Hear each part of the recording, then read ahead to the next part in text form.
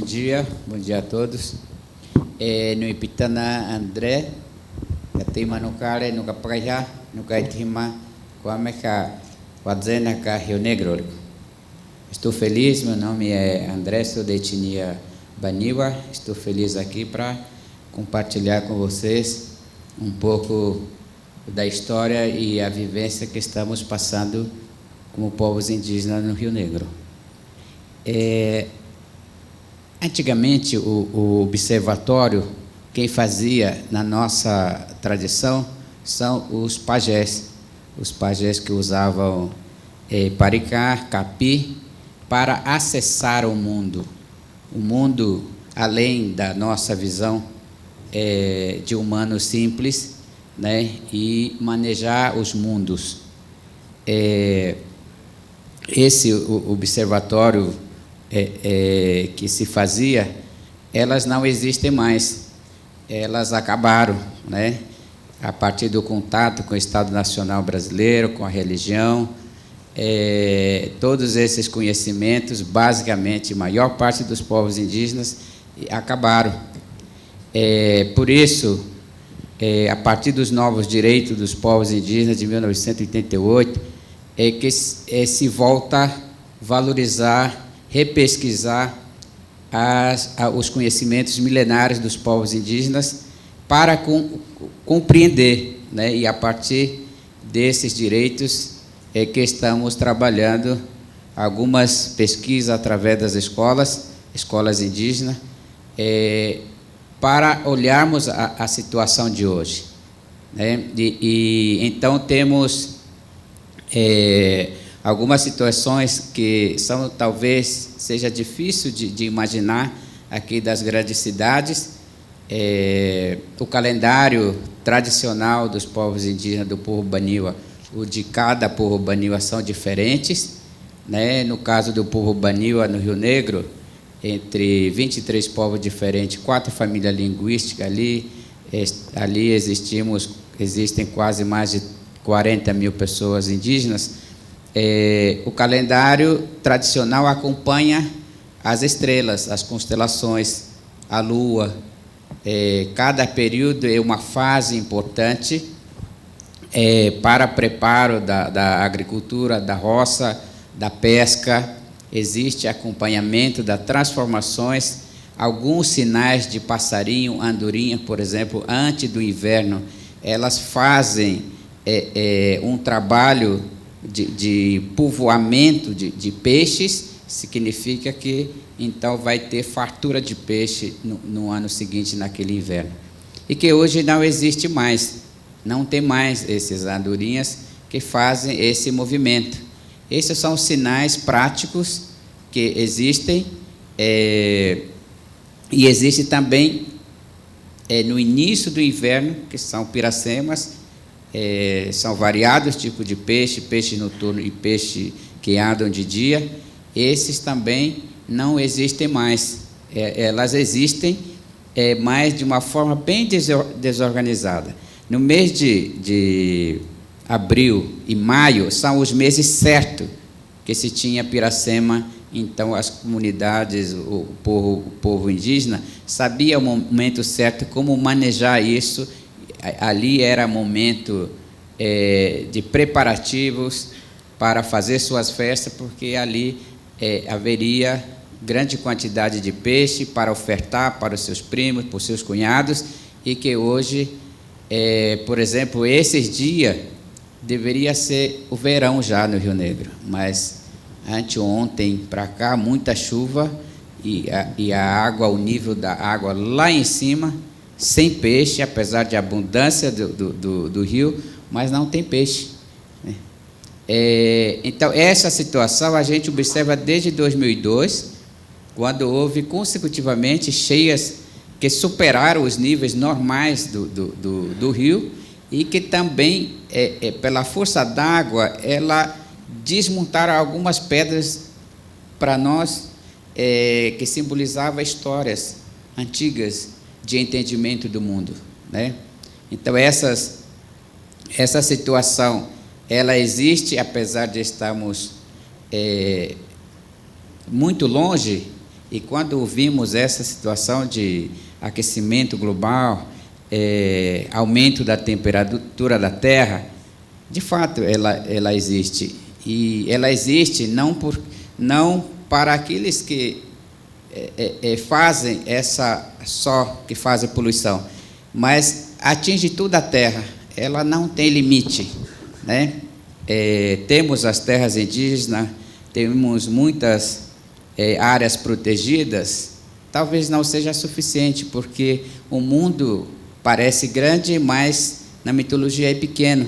Ela começou pequeno e ela foi se expandindo ao som do Jurupari, e por isso os povos indígenas conseguem, através desses, comparativamente, Observatório do Clima, antigamente, sabe fazer a reza e proteger a vida do ser humano em qualquer situação, ou fazer tratamento e recuperação da pessoa doente.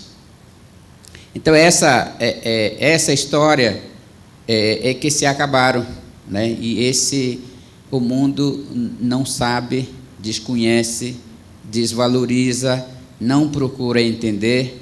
Estivemos recentemente conversando entre nós, vários povos indígenas do Brasil, da Amazônia, e verificamos em cada cultura, por exemplo, do Xingu, que muitos sapos que ajudam a sustentar o planeta.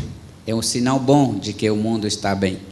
Mas, se esse sapo, cada vez mais com desmatamento, vão morrendo, significa também que virá a consequência.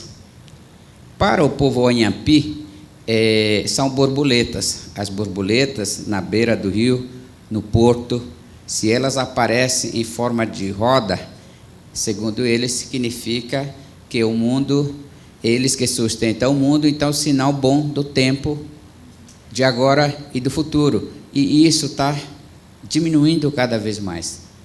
E essa é a situação que eu posso contar para vocês, que demonstra uma situação preocupante aos povos indígenas, não só ao mundo, à cidade, mas existe essa situação. Outro fato bem recente é em relação a trovejadas, que são muito constantes nas comunidades indígenas, uma coisa que não acontecia antes. Chegou a ter várias mortes no Rio Negro, ano passado, no início desse ano, é uma coisa completamente estranha. E essas coisas novas, parecem novas, que não têm explicações, a gente está tentando procurar entender o que tudo isso significa.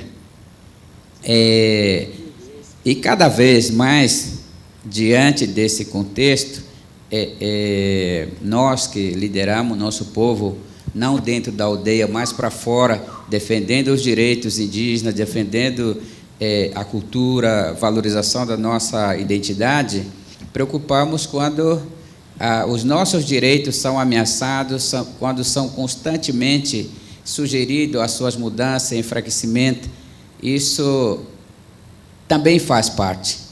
E olhamos por aí que a consequência que vivemos hoje são consequência também das decisões políticas nos grandes centros, nas grandes centros de decisões de cada país no mundo, né? Então, por isso, para nós, ela tem um significado preocupante, porque ela é um sistema, e esse sistema ela deveria mudar em relação à sua perspectiva de adaptação para que prolongasse a vida nesta terra, né?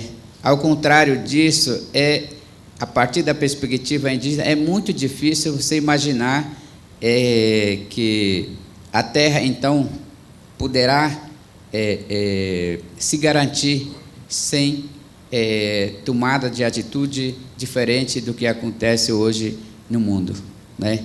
É isso que eu queria falar para vocês. Obrigado. Muito obrigada, André.